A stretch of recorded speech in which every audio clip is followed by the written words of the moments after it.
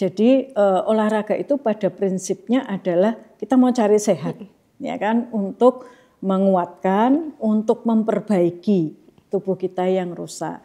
Nah, kalau kita memaksa di luar kemampuan tubuh kita, bukan hal baik yang kita dapat, tapi kerusakan-kerusakan yang diperoleh.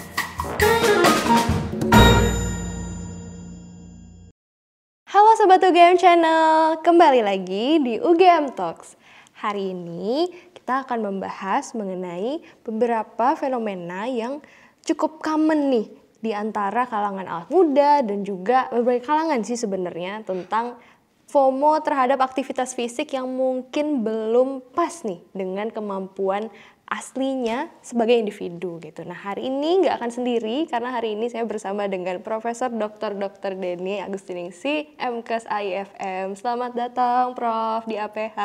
Terima kasih. Apa kabar Prof? Alhamdulillah baik. Prof, akhir-akhir ini jujur di kalangan mahasiswa itu, mahasiswa atau anak muda lah ya in general, itu lagi in banget atau hype banget yang namanya event lari nih Prof. Aware gak Prof dengan banyaknya maraton, event lari gitu. UGM juga banyak ya conduct beberapa event lari. Nah, pandangan Prof terhadap teman-teman atau anak muda yang mulai FOMO nih untuk beraktivitas fisik tapi mungkin belum banyak terekspos dengan pengetahuan tentang aktivitas fisik yang cukup dan sesuai dengan olahraga yang mereka pilih gitu Prof. Ya sebetulnya senang sekali melihat banyaknya event yang diselenggarakan, antusiasme anak-anak muda untuk mengikuti kegiatan-kegiatan olahraga itu sungguh sangat menyenangkan. Karena artinya mereka sadar bahwa olahraga itu penting dan bisa menjadi bagian dari gaya hidup mereka. Entah itu apakah karena mereka akan mengisi konten di media sosialnya, entah mereka ingin bergabung dengan komunitas sesama penggemar, atau memang ada beberapa yang betul-betul sadar bahwa itu adalah upaya mereka untuk menjaga kesehatan. Nah, namun yang perlu dilihat adalah bahwa olahraga itu tidak sama untuk semua orang. Ya, jadi harus disesuaikan dengan kemampuan. Kemampuan itu kemampuan fisik, kemampuan mentalnya. Yang kita lihat juga kemampuan finansialnya. Tidak hanya kemudian mereka akan pamer brand-brand yang sedang ngetren.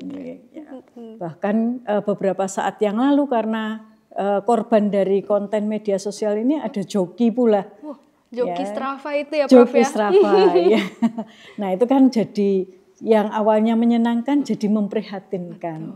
Betul. Jadi fenomena ada joki tadi itu jadi bikin olahraga semacam hanya untuk branding aja gitu ya di sosmed gitu. Nah tapi ada mungkin beberapa yang memang memulai olahraga itu memang taunya mungkin dari FOMO itu tadi ya, berawal dari FOMO, tapi akhirnya emang betul-betul mau melatih fisiknya gitu untuk bisa semakin kuat untuk menjalani olahraga yang dia inginkan. Nah, tapi apakah ada cara tertentu Prof? Jenis olahraga yang cocok untuk masing-masing orang kan yang berbeda-beda itu tadi ya Prof? Betul, jadi sebetulnya ketika kita memilih olahraga itu ada beberapa panduan. Ada dosis olahraga yang harus ditepati, ya, seperti halnya kita minum obat itu harus sesuai dosis, makan pun kan harus sesuai dosis. Ya. Jadi tidak boleh sembarangan. Nah dosis ini supaya tidak mempersulit kemudian untuk menentukan dosis harus pergi ke sana dan kemari, periksa ke sana dan kemari, itu sebenarnya tidak. Yang pertama dipilih tentunya adalah olahraga apa yang paling sesuai dengan minatnya. Dan tentunya kemampuannya. Ya, kalau dia tidak bisa berenang ya jangan memilih olahraga berenang gitu ya. Jadi minat itu pertama kali. Kemudian baru kita lihat sesuai enggak tubuh saya untuk melakukan olahraga seperti itu. Nah sebetulnya kita bisa tes sendiri dengan jalan cepat, seberapa cepat kemampuan kita berjalan, seberapa apakah kalau saya ikut lari 5 km itu di kilometer berapa saya kemudian terengah-engah. Tapi kalau kita ingin lebih akurat mendapatkan hasil bagaimana kemampuan saya yang sesungguhnya, ada beberapa pemeriksaan yang bisa dilakukan. Mulai dari pemeriksaan yang sederhana, misalnya nanti dokter akan meminta untuk jalan cepat 6 menit ya, tanpa alat. Ini jadi tanpa alat, hanya jalan cepat 6 menit, kemudian kita hitung denyut nadinya, kita ukur tekanan darahnya, kita ukur kemampuannya.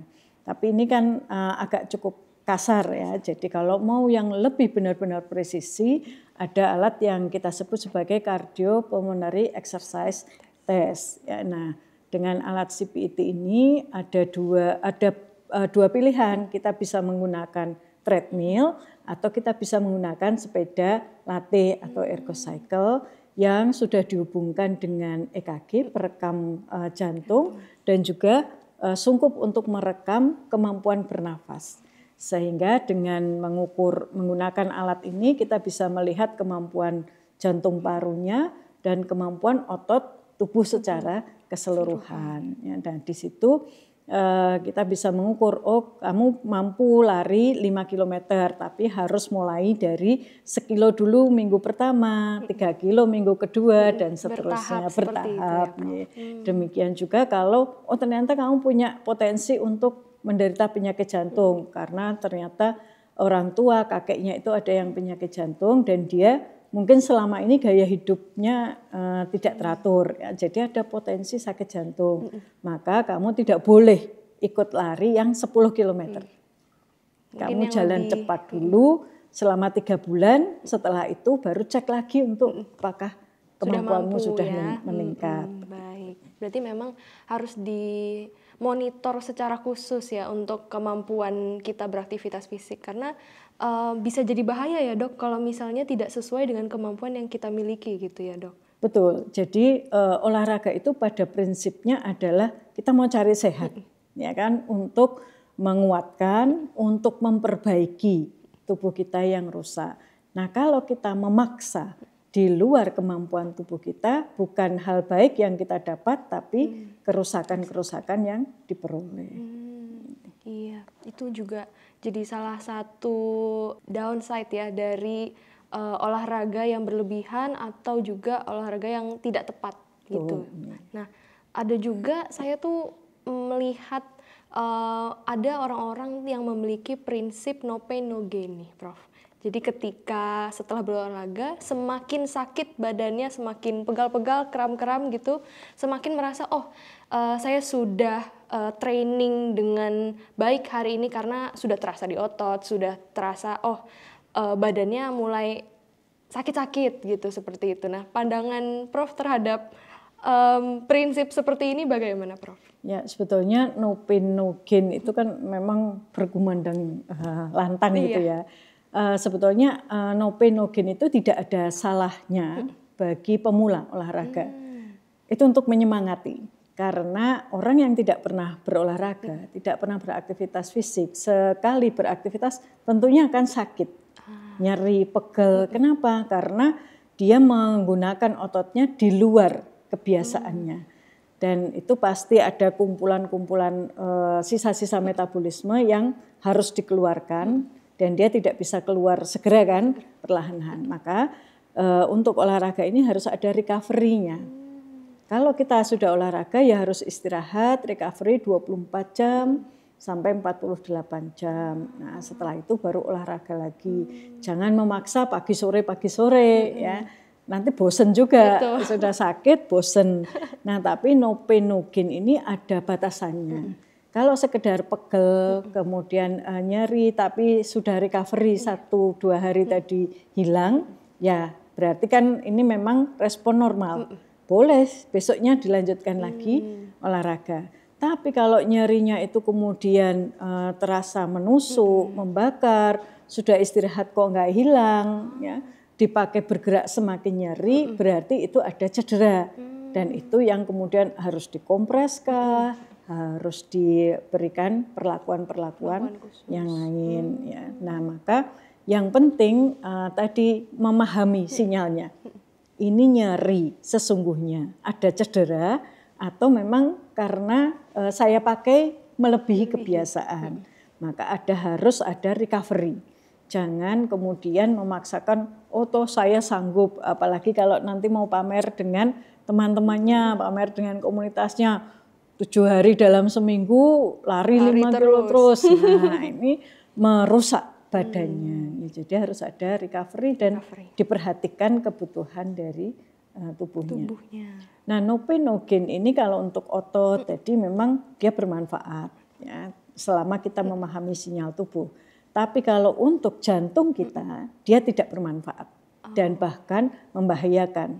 Maka tadi kalau punya riwayat kakeknya, orang tuanya ada sakit jantung, lebih baik dicek dulu, ditentukan dosisnya oleh ahlinya.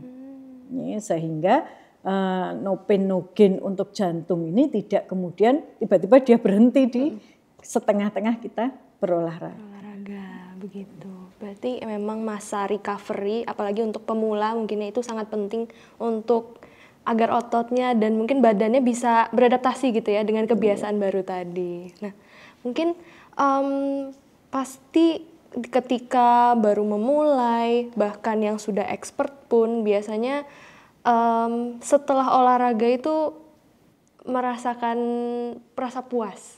Ada rasa kesenangan tersendiri, udah hari ini misalnya sudah workout atau hari ini sudah lari sekian kilometer seperti itu. Ada rasa kepuasan yang cukup mungkin bikin kecanduan untuk segelintir orang. Nah, menurut pandangan Prof. Denny, apakah kecanduan olahraga itu baik? Tentunya kecanduan apapun nggak akan baik. Ya. Kecanduan apapun nggak akan baik meskipun itu olahraga. Nah kenapa kita bisa kecanduan? Karena ketika kita berolahraga itu ada rangsangan terhadap otak untuk mengeluarkan hormon yang kita sebut sebagai hormon kebahagiaan. Ya maka orang habis olahraga tadi pasti senang, puas ya kan. Dan kemudian badannya kan menjadi kuat, siap untuk melakukan setiap kegiatan, menghadapi semua tantangan. Nah ini yang kemudian kalau kita picu terus-menerus kita akan selalu bersemangat ya. Nah maka apalagi kalau kemudian ada hasilnya, oh ternyata badannya jadi bagus, six pack ya kan, langsing. Nah itu akan semakin bersemangat. Nah ketika kemudian dia memaksakan diri tadi, karena melihat hasilnya, saya harus, pikirannya saya harus terus menerus untuk melakukan supaya hasilnya akan jauh lebih baik. Saya juga ada rasa senang terus menerus. Nah itu yang kemudian kalau dia tidak menyadari tadi, tidak memahami sinyal tubuhnya, diabaikan, sakit ya biar aja toh nanti akan sembuh sendiri, pegel juga akan hilang sendiri, pekerjaan pun kemudian akhirnya akan ditinggal, ini bisa dikerjakan ntar malam saya lari dulu, akhirnya itu yang kemudian dia jatuh pada kecanduan. Berarti memang kalau namanya kecanduan pasti kurang baik ya Prof ya, tapi ada juga yang kecanduan itu karena pelarian nih, untuk menghilangkan stres karena misalnya beban akademik atau beban kerjaan gitu ya. Jadi pelariannya tuh malah ke olahraga gitu. Jadi menyebabkan si kecanduan itu tadi. Nah, apakah benar si olahraga ini efektif gitu untuk menghilangkan stres itu tadi, Prof? Ya.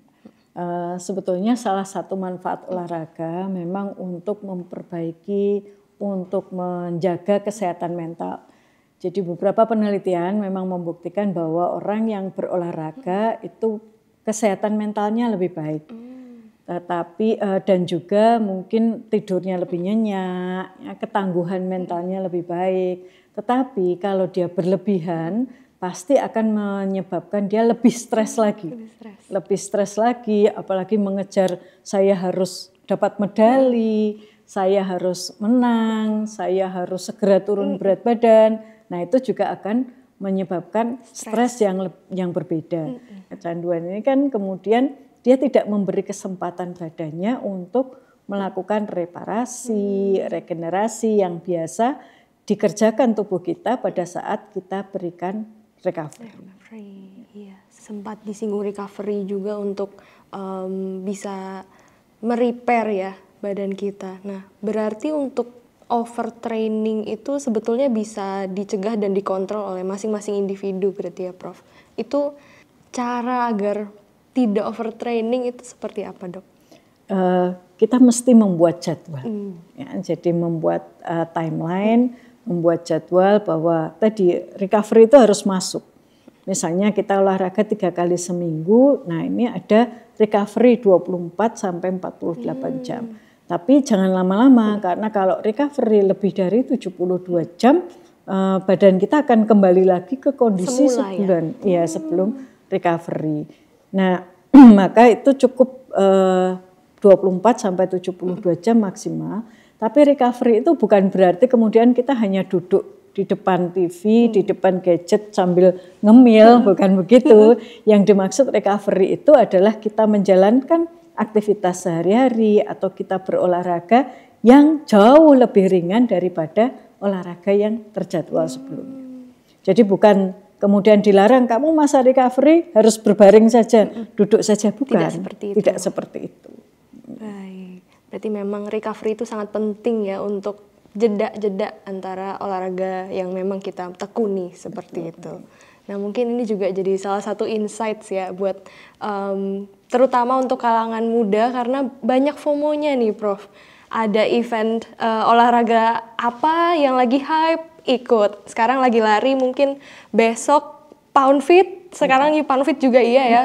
Mungkin nanti juga pilates atau apa berbagai macam olahraga lainnya yang akan mungkin untuk tetap mengingat recovery dan juga kemampuan badan sendiri gitu ya Prof. Mungkin ada pesan dari Prof Denny untuk masyarakat di rumah terutama yang sedang ingin meningkatkan aktivitas fisiknya nih Prof. Baik, yang jelas aktivitas fisik itu penting, sangat penting untuk menjaga tubuh kita tidak mudah sakit, tubuh kita selalu bugar, kita tidak mudah kelelahan, tetapi kita tetap harus memperhatikan kebutuhan dan kemampuan dari masing-masing tubuh seseorang. Ya. Jadi jangan ikut-ikutan, istilahnya jangan hanya ikut-ikutan, tapi lihat juga apakah saya mampu, apakah ada bagian yang sakit yang perlu kemudian mendapat penanganan lebih jauh. Nah, sebaiknya memang selalu didampingi oleh ahli minimal 6 bulan sampai 1 tahun sekali harus kemudian dikontrol kondisi dari badannya. Iya, betul. Baik, terima kasih Prof Denny atas insight-nya tadi agar olahraga tidak berlebihan, bisa aware juga dengan kemampuan diri dan juga pentingnya recovery di antara kegiatan kita berolahraga seperti itu Prof. Baik Sobat UGM Channel, itulah sesi diskusi kami hari ini mengenai olahraga. Sampai jumpa di UGM Talk selanjutnya.